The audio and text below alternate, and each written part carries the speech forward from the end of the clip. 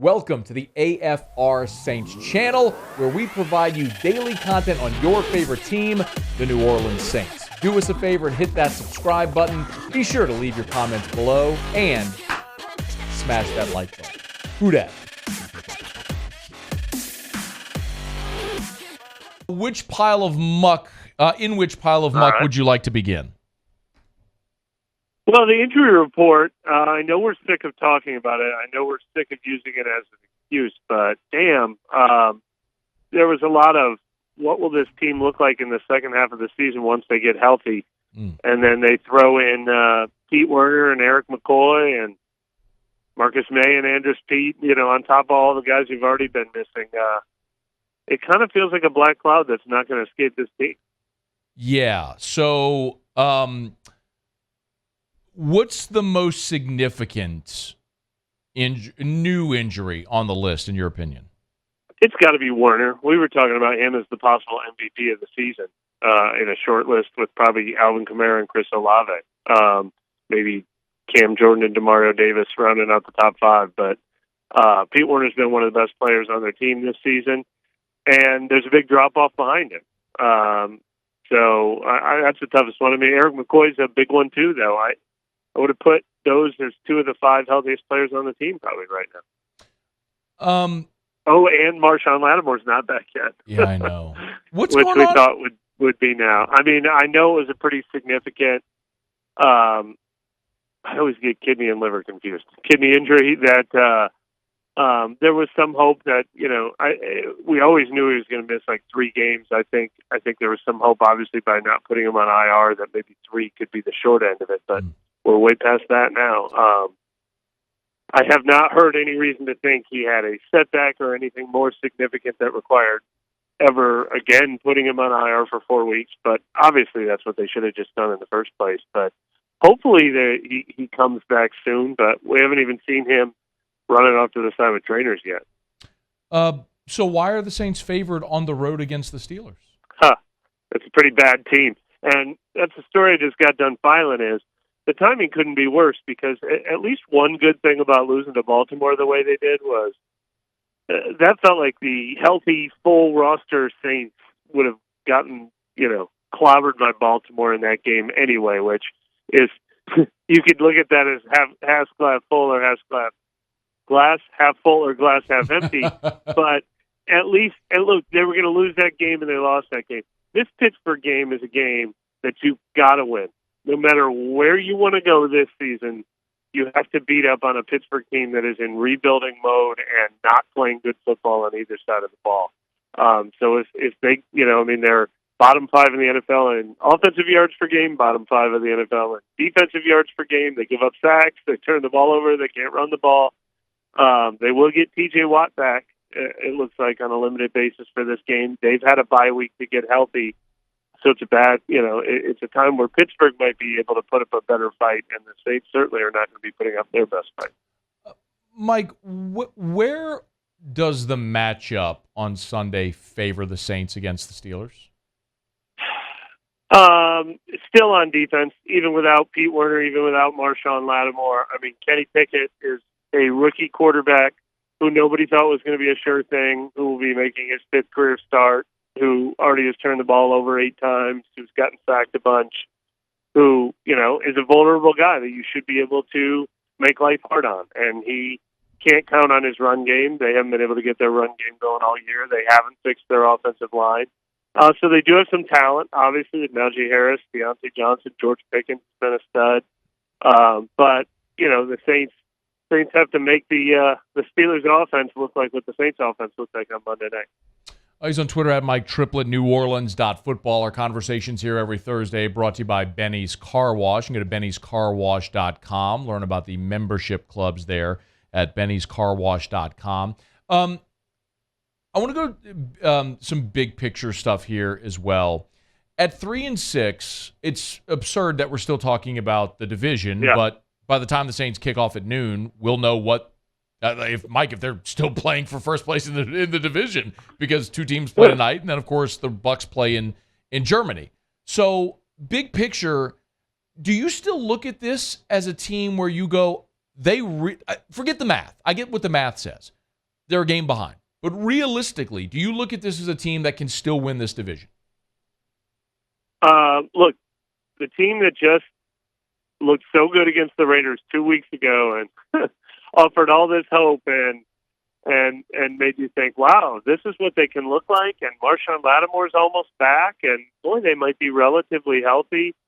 That team, 2 weeks ago, I thought, yeah, maybe they can get to 8-9, and maybe 8-9 can win this division. But it feels like a lot has changed since then.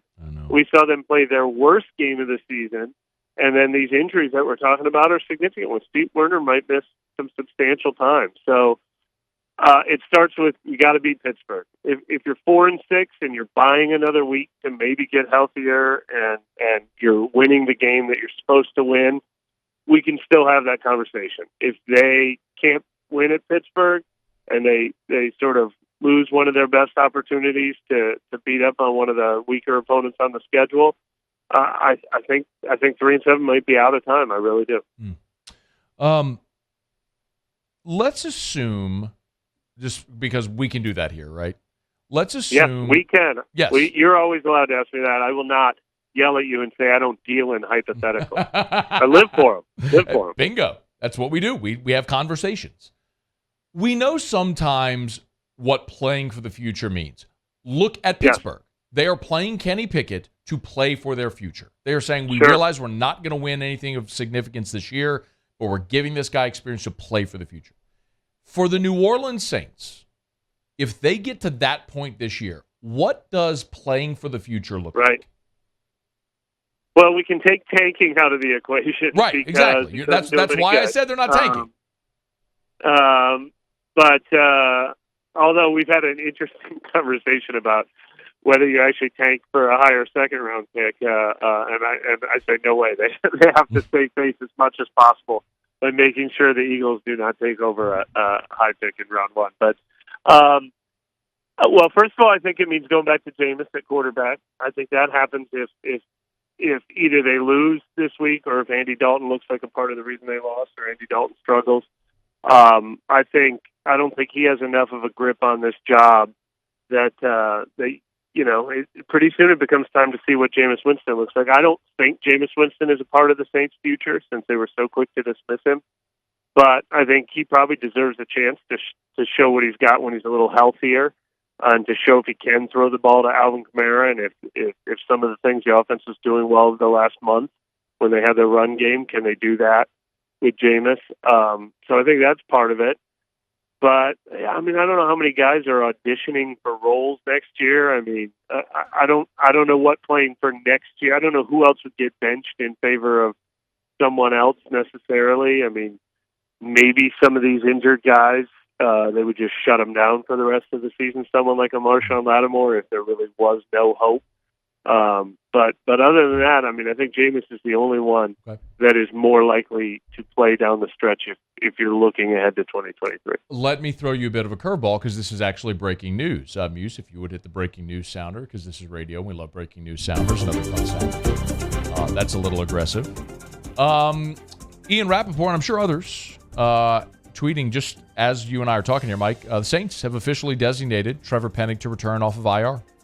Following a tour. Yeah, no, we saw him at practice today and had a long talk with him, and he's pretty optimistic that he's coming closer to playing. Yeah, they definitely want to get him on the field this year. That's playing for 2022 and 2023. But sure.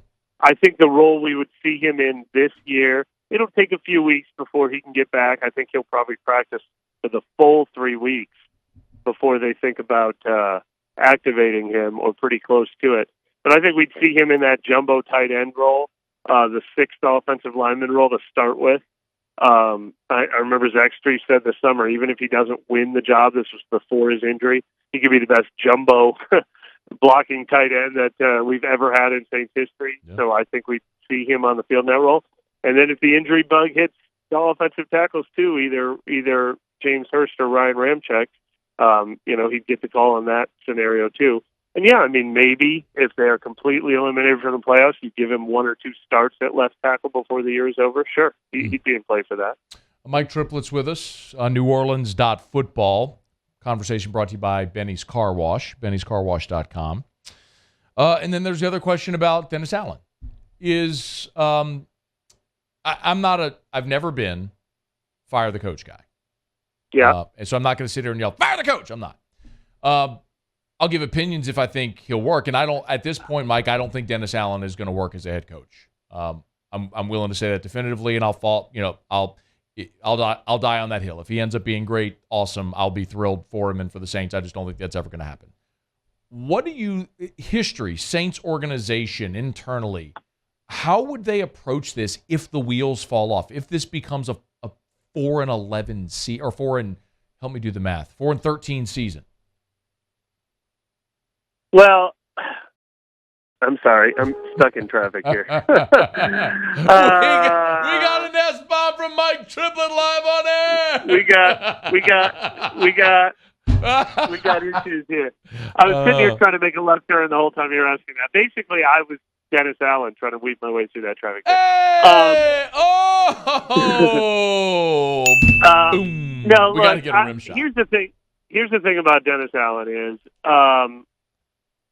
I don't think he will be judged on just final record. I mean, the point I made earlier this week on our podcast was they're 3-6 right now, and on Sunday before they kicked off, they were favored to win 3 of those games, and they were favored to lose 6 of those games. I mean, I think it would have taken a little bit of a miracle worker to be way better than what they are right now with the team that they've built and the injuries that they've faced. I don't think he's a miracle worker. I don't think anyone is going to declare him the answer, but I don't think he's going to take the fall if it continues to look like what we've seen this season. And I actually think some of the things that you do judge a coach on, is the locker room still bought in? Are they still coming out with energy every week and playing hard? I think he's still got all those things. I think if we lose some of those things in the second half of the season, then that becomes a little bit of a threat to him being a one-and-done guy. If players are quitting on him, tuning him out. I don't think we've seen any of that stuff yet. But, look, obviously he was going to be a much more successful coach if things were going very well and he could kind of stick to game planning with a healthy roster, that was built for success.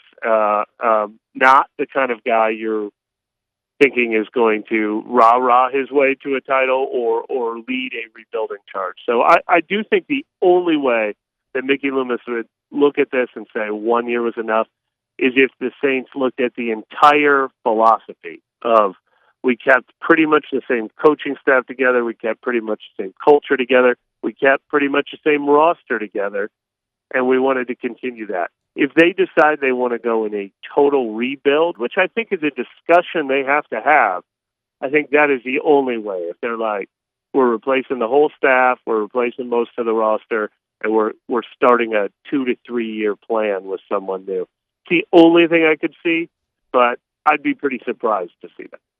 Okay.